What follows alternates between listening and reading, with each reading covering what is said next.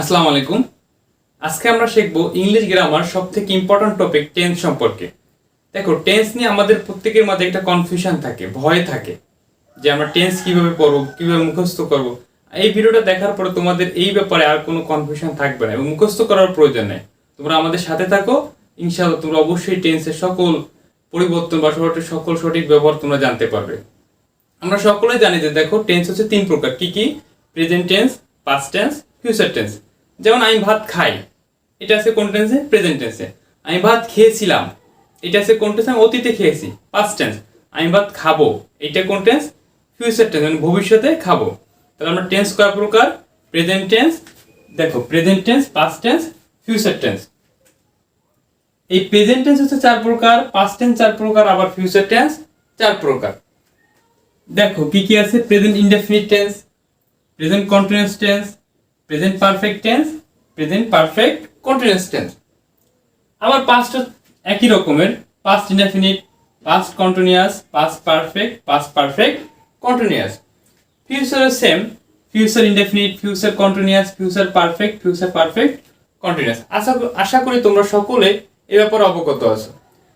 এখন আমাদের টেন্স কয়টা হলো? টোটাল 12টা। কয়টা? 12টা। আমাদের 10টা টেন্সে, মানে ইনডেফিনিট, প্রেজেন্ট ইনডেফিনিট আর পাস্ট ইনডেফিনিট ব্যতীত বাকি যে 10টা টেন্স আছে, এই 10টা টেন্সে আমাদের অক্সিলারি ভার্ব ব্যবহার হবে। কি ভার্ব ব্যবহার হবে? Auxiliary verb.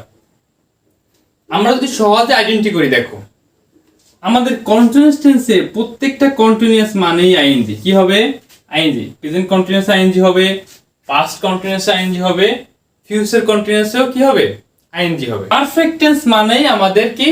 ভার্ব 3, ভার্বের পাস্ট পার্টিসিপল ফর্ম হবে, পাস্ট পারফেক্টেও ভার্বের পাস্ট পার্টিসিপল ফর্ম হবে, ফিউচার পারফেক্ট আমাদের ভার্বের পাস্ট পার্টিসিপল ফর্ম হবে অবশ্যই।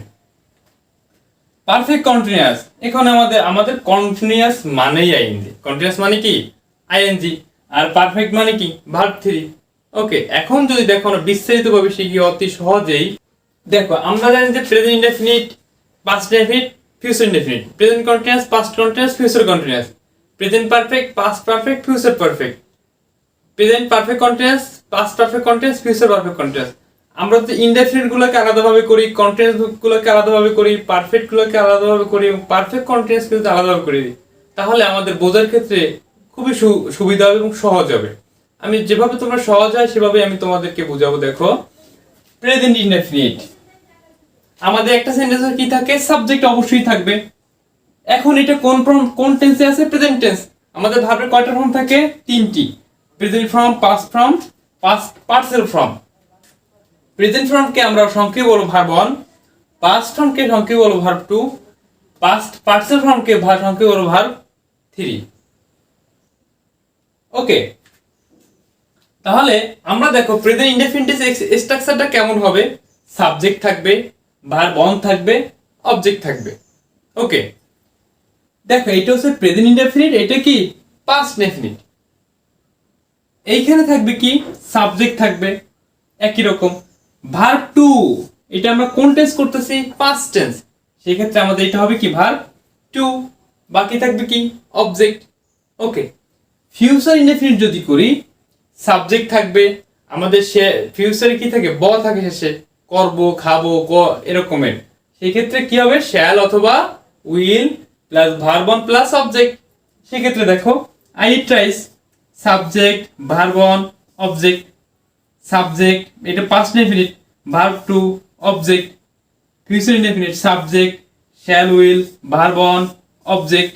ওকে, তাহলে আমরা কি পাইলাম?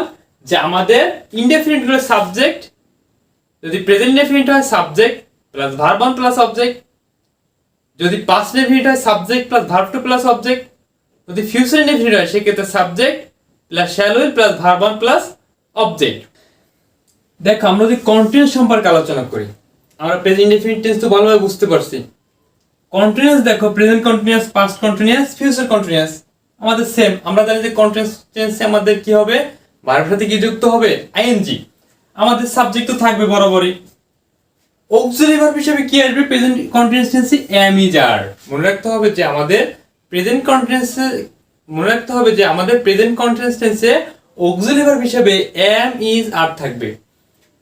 ভার্বের সাথে কি যুক্ত হবে আইএনজি প্লাস অবজেক্ট। পাস্ট কন্টিনিউয়াসে দেখো এম ইজ এর পাস্ট কি ওয়াজ এর, তাহলে আমি এখানে কি বসাবো ওয়াজ এর প্লাস ভার্বের সাথে আইএনজি প্লাস অবজেক্ট। ফিউচার কন্টিনিউয়াসে দেখো subject plus shall be will be plus ভার্বের সাথে আইএনজি প্লাস অবজেক্ট। যেমন দেখো এখানে সাবজেক্ট কি আই, আই পরে কি বসবে am, subject plus auxiliary verb plus ভার্বের সাথে আইএনজি ইট, ইট থেকে কি হবে ইটিং রাইস। ওকে, পাস্ট কন্টিনিউয়াসে দেখো সাবজেক্ট ওয়াজ অথবা ওয়ার, যদি সিঙ্গুলার হয় ওয়াজ, যদি প্লুরাল হইতো সেক্ষেত্রে কি বসাইতাম ওয়ার বসাতাম। এ ব্যাপারে আমার একটা ভিডিও আছে, তোমরা চাইলে দেখে আসতে পারো। প্লাস ভার্বের সাথে কি যুক্ত হবে আইএনজি প্লাস কি অবজেক্ট। ফিউচার টেন্স দেখো সাবজেক্ট আছে শ্যাল বি অথবা উইল বি, আর পরে কি বসে শ্যাল বসে, সেক্ষেত্রে শ্যাল বি লিখবো, ভার্বের সাথে আইএনজি প্লাস অবজেক্ট। ওকে, দেখো আমরা যদি একইভাবে প্রেজেন্ট পারফেক্ট সম্পর্কে আলোচনা করি, দেখো আমাদের পারফেক্ট টেন্সে কি থাকবে সাবজেক্ট থাকবে হ্যাভ অথবা হ্যাজ, প্রেজেন্ট পারফেক্টে কি থাকবে হ্যাভ অথবা হ্যাজ প্লাস ভার্ব থ্রি। আমরা জানি যে পারফেক্ট টেন্সে কি হবে ভার্বের পার্সেল ফর্ম হবে প্লাস অবজেক্ট। পাস্ট পারফেক্টে কি থাকবে হ্যাভ এর পরিবর্তে কি থাকবে হ্যাড। ফিউচার পারফেক্টে কি থাকবে শ্যাল হ্যাভ উইল হ্যাভ। আমরা শুধু এই অক্সিলারি ভার্ব দিয়ে আমরা ফাইন্ড আউট করব যে কোনটা কোন টেন্স। যদি হ্যাভ হ্যাজ থাকে প্রেজেন্ট পারফেক্ট, হ্যাড থাকলে পাস্ট পারফেক্ট, আর শ্যাল হ্যাভ উইল হ্যাভ থাকলে এটা হবে কি ফিউচার পারফেক্ট। আর আমাদের অবশ্যই তো পারফেক্ট টেন্সে ভার্বের পাস্ট পার্সেল ফর্ম হবে। দেখো সেক্ষেত্রে I have subject present perfect have হবে, verb three eat ate eaten rice. Okay, past পারফেক্টে কি হবে আই হলো সাবজেক্ট হ্যাড, হ্যাভ এর পরিবর্তে কি বলবে had, verb three plus object. Okay, future perfect দেখো সাবজেক্ট শ্যাল হ্যাভ অথবা will have plus verb three plus object. দেখো অতি সহজেই কিন্তু আমরা টেন্সটাকে চিনতে পারতেছি আশা করি। এভাবে যদি তোমরা অতি সহজেই ইংলিশ গ্রামার শিখতে চাও তাহলে আমাদের চ্যানেলটাকে সাবস্ক্রাইব করে আমাদের পাশে থাকবে। দেখো আমরা যদি পারফেক্ট কন্টিনিউয়াস সম্পর্কে আলোচনা করি, present perfect continuous, past perfect continuous, future perfect continuous. দেখো সাবজেক্ট থাকবে হ্যাভ বিন হ্যাজ বিন, আমাদের পারফেক্টে অক্সিলারি ছিল কি হ্যাভ হ্যাজ, তার সাথে কি যুক্ত হবে বিন যুক্ত হবে, এবং কন্টিনিউয়াস টেন্সে আমরা জানি সবসময় ভার্বের সাথে কি যুক্ত হয় আইএনজি। তাহলে কি আসলো সাবজেক্ট প্লাস হ্যাভ বিন অথবা হ্যাজ বিন প্লাস ভার্বের সাথে আইএনজি প্লাস অবজেক্ট। যদি পাস্ট পারফেক্ট কন্টিনিউয়াস সম্পর্কে আলোচনা করি, দেখো সাবজেক্ট আমাদের পারফেক্ট কন্টিনিউয়াসে পাস্ট পারফেক্টে কি ছিল হ্যাড ছিল অক্সিলারি ভার্ব হিসেবে, এর সাথে কি যুক্ত করব বিন। তাহলে subject plus had been plus ভার্বের সাথে কি যুক্ত হবে আইএনজি প্লাস অবজেক্ট। যদি ফিউচার পারফেক্ট কন্টিনিউয়াস সম্পর্কে আলোচনা করি সেক্ষেত্রে আমাদের সাবজেক্ট থাকবে shall have been will have been plus ভার্বের সাথে আইএনজি প্লাস অবজেক্ট। দেখো আই